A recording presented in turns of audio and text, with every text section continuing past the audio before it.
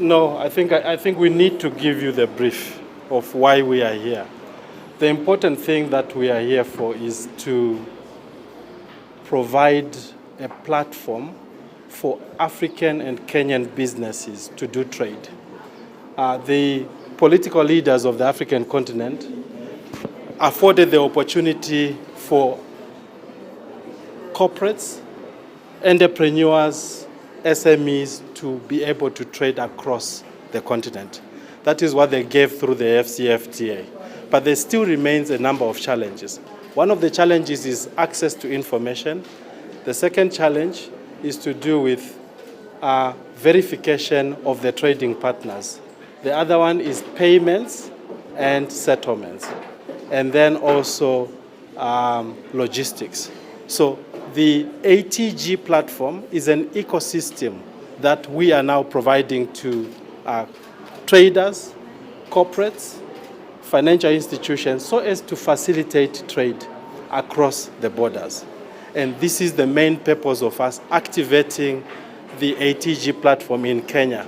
We recognize the importance of Kenya as the gateway to East Africa, and it is important that Kenyan enterprises, both at national and county level, plug in so that they've got wider access to markets.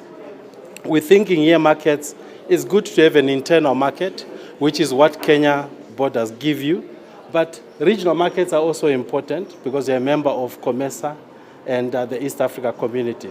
But there's a wider market that the FCFTA provides, and this is what we think that the ATG, the gateway, will provide to Kenyan enterprises. And it is important that we encourage Kenyan entrepreneurs to sign on to the platform so that it helps mitigate against those challenges that we have identified in cross-border trade. The challenges are real, and the challenges have also to be met with real solutions which have been tested.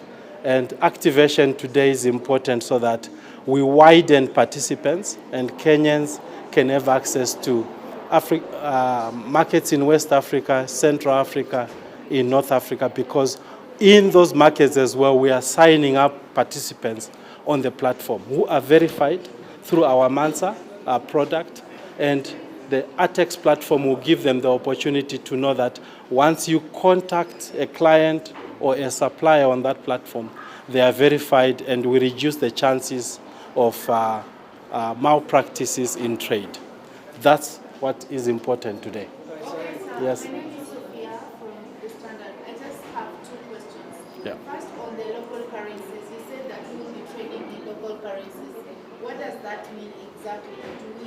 Does that mean if I am a Kenyan and I'm going to Ghana, will I use the Ghanaian currency or will I use the Kenyan currency? That is number one. Number two, the financial aspect is just one bit of the ecosystem. What happens to the infrastructure, for instance, the roads? Have that been factored in, or even by sea? Yeah, I just want to know those two. Okay, let me start with the first question that you posed. It's about trade in local, it's settlement in local currencies. That's the most important thing. And it's happening in real life today. A Kenyan importer buys goods from Ghana. They come to Kenya, and Kenyan buyers use local currency to pay for the goods. They deliver the goods, and the seller in Ghana receives Ghanaian cedis. This is happening today as we speak. 5 weeks ago, when we were in Kenya motivating for the AFCFTA, there was a lady who demonstrated how she's doing it. She receives a container and goods get purchased, and Kenyan buyers use local currency, Kenya shilling, to pay, and the Ghanaian seller receives Ghanaian cedis. Settlement is done at bank level, so it reduces the need for a trader to go to a bureau to change cash, etc. So your account in Kenya shilling is the one that gets debited, and the Ghanaian seller receives CD. On your second question, is to do with infrastructure. We know all those challenges. The reason why we are not trading enough as African countries is beyond infrastructure. You would see that there's a lot of activity now in the infrastructure space to bridge the gap. We're talking about railway lines connecting between African, the SGR going between African countries, etc. Let that happen, but there is the other infrastructure that doesn't get spoken about. It's information, it's due diligence, it's the platform, it's access to information, it's access to settlement systems. That's what ATG is dealing with. It cannot deal with everything, but we think that it's an important step in the right direction in that regard. Sir, one question. Have there been some sort of projections?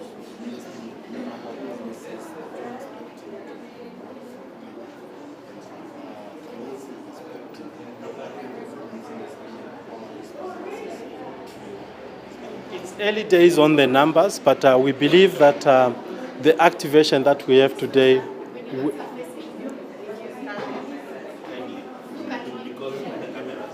Thank you very much. The number of participants in Kenya has not yet been established, and this is the reason why we are having this exercise.